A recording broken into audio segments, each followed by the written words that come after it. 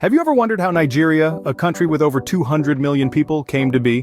Let's dive into the rich tapestry of its pre-colonial era, a time when Nigeria wasn't even Nigeria yet. Before the arrival of Europeans, the land that would become Nigeria was home to several vibrant civilizations. The early inhabitants left their mark in the form of the Nok culture, a civilization known for its remarkable terracotta figurines, dating as far back as 500 BC. Then there was the Kanem-Bornu Empire, an African kingdom that stretched from Libya to Nigeria. This empire, which thrived from the 9th to the 19th century, was a hub of Islamic learning and trade, linking West Africa with North Africa and the Middle East. Closer to the 19th century, the Sokoto Caliphate emerged in the north, a powerful state founded by Usman Dan Fodio. This Islamic caliphate, spanning over 1 million square kilometers, was a significant political and religious power in the region. The story of Nigeria's birth, however, would be incomplete without mentioning the arrival of Europeans. The Portuguese were the first to make contact in the late 15th century, drawn by the allure of new trade routes and resources. They established trading posts along the coast, igniting a trade in goods and, sadly, in humans. The British entered the scene in the 16th century, initially as traders, but their interests soon shifted from commerce to control. By the mid-19th century, they'd established a foothold in Lagos, marking the beginning of formal British influence over the region. And so, the stage was set. The curtain was about to rise on a new act in the history of this land.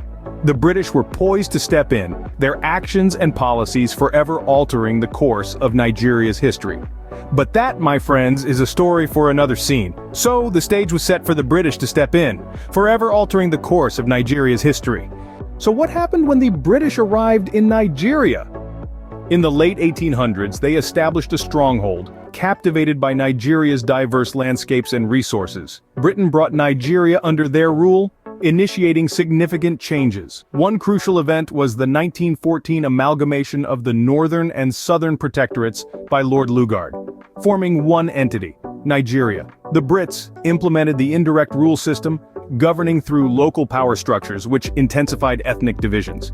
World War II made Nigeria a crucial front for Britain, supplying resources and manpower. The war catalyzed economic and social changes, fueling the demand for self-rule.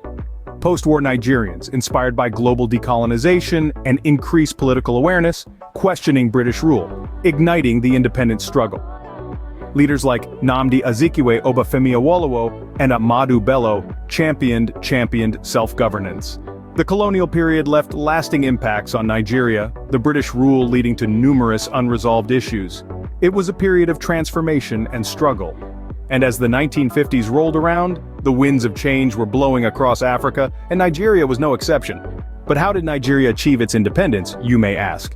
The journey was arduous, marked by the relentless efforts of many, but three figures stand out in particular: Nnamdi Azikiwe, Obafemi Awolowo, and Ahmadu Bello. Nnamdi Azikiwe, often referred to as Zeke, was a key player in Nigeria's struggle for freedom. A charismatic figure with a flair for the dramatic, he used his influence as a newspaper editor to rally the people to the cause of independence. His eloquence and passion ignited a flame in the hearts of Nigerians, inspiring them to strive for a future free from colonial rule. Then, there was Obafemi Awolowo, a man of deep intellect and profound vision. Awolowo was a fierce advocate for the rights of the Nigerian people, and his tireless efforts to establish a robust educational system laid the groundwork for the nation's future development. He believed that an educated populace was essential to the success of an independent Nigeria, and his legacy lives on in the country's commitment to education.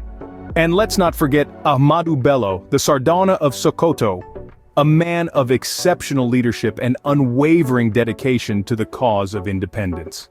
Bello was an astute politician who worked to ensure the unity of Nigeria's diverse ethnic groups, a task that was no small feat. The journey to independence was not an easy one, and the transition from colonial rule was fraught with challenges. There were disagreements over power distribution, fears of ethnic dominance, and the daunting task of establishing a new governance structure. Yet, despite these challenges, Nigeria persevered. On October 1, 1960, the Union Jack was lowered and the green-white-green flag of Nigeria was raised for the first time, signaling the dawn of a new era. The road ahead was uncertain, filled with trials and tribulations, but the spirit of the Nigerian people remained unbroken. And so Nigeria stepped into a new era as an independent nation. The journey was long and fraught with difficulties, but the determination and resilience of the Nigerian people saw them through. Their story is a testament to the power of unity, the importance of education, and the indomitable spirit of a people determined to shape their own destiny. Now an independent nation, what was the journey like for Nigeria? Let's delve into the post-independence era, a period marked by significant events that shaped the nation's trajectory. As the shackles of colonial rule were shed, Nigeria embraced its first republic, a beacon of hope for a nation eager to chart its own course.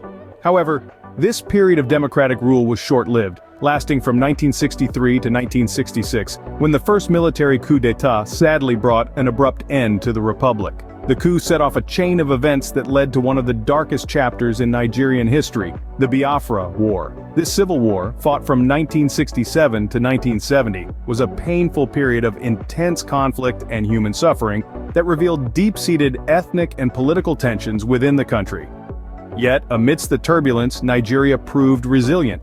The nation emerged from the war, albeit scarred and deeply fractured.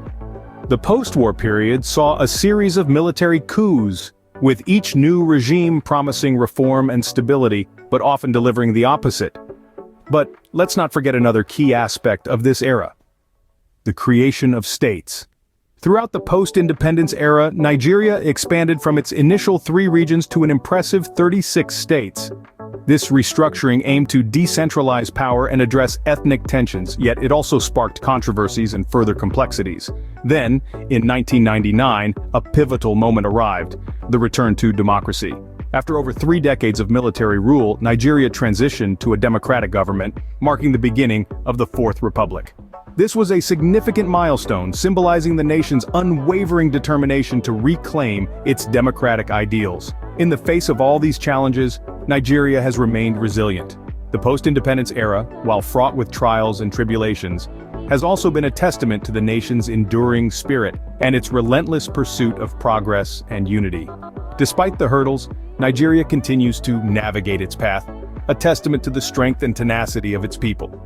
So, where does Nigeria stand today? In the heart of Africa, Nigeria, the giant of Africa, buzzes with a vibrancy all its own. The country's economic landscape is a study in contrasts. On one hand, you have Nigeria priding itself as one of the largest economies in Africa, thanks to its rich oil reserves. On the other hand, it grapples with economic disparity and unemployment, a testament to the complexity of economic development in a diverse nation. Politically, Nigeria's journey since independence has been a roller coaster ride. From military dictatorships to a democratic system, the country has seen it all. Today, Nigeria stands as a federal republic, with a president at the helm. Elections are held, leaders are chosen, but the road to true democratic governance is still being paved. Socially, Nigeria is a melting pot of cultures. Boasting over 250 ethnic groups spread across its 36 states, the country is a tapestry of languages, customs, and traditions. From the Igbo to the Yoruba, from Hausa to Fulani, every group adds its unique thread to the Nigerian fabric. However, this diversity also presents its own set of challenges. Ethnic tensions and regional disparities persist, often leading to conflicts. Yet, amidst these struggles, there are stories of unity, of Nigerians coming together to celebrate their shared heritage. The country today also grapples with ongoing issues like corruption, insecurity, and infrastructural deficits. But Nigeria is a nation of survivors, of innovators. It's a country that has produced world-class authors, renowned scientists, and celebrated musicians. Its Nollywood film industry is the second largest in the world. It has made strides in technology, agriculture, and even space exploration. Nigeria is a country of contrasts, of challenges, but also of immense potential. It's a nation where every hurdle is seen not as an obstacle, but as an opportunity for growth. And it's this resilience, this ingenuity that propels the country forward even in the face of adversity. Despite its challenges, Nigeria continues to forge ahead, driven by the indomitable spirit of its people. So, what have we learned about Nigeria's history? We've journeyed from the pre-colonial era, where diverse cultures thrived, through the colonial period that reshaped the nation's trajectory. We've seen the struggle and triumph of the journey to independence and navigated the complexities of the post-independence era. Our journey concluded with a look at Nigeria today, a nation with an enduring spirit.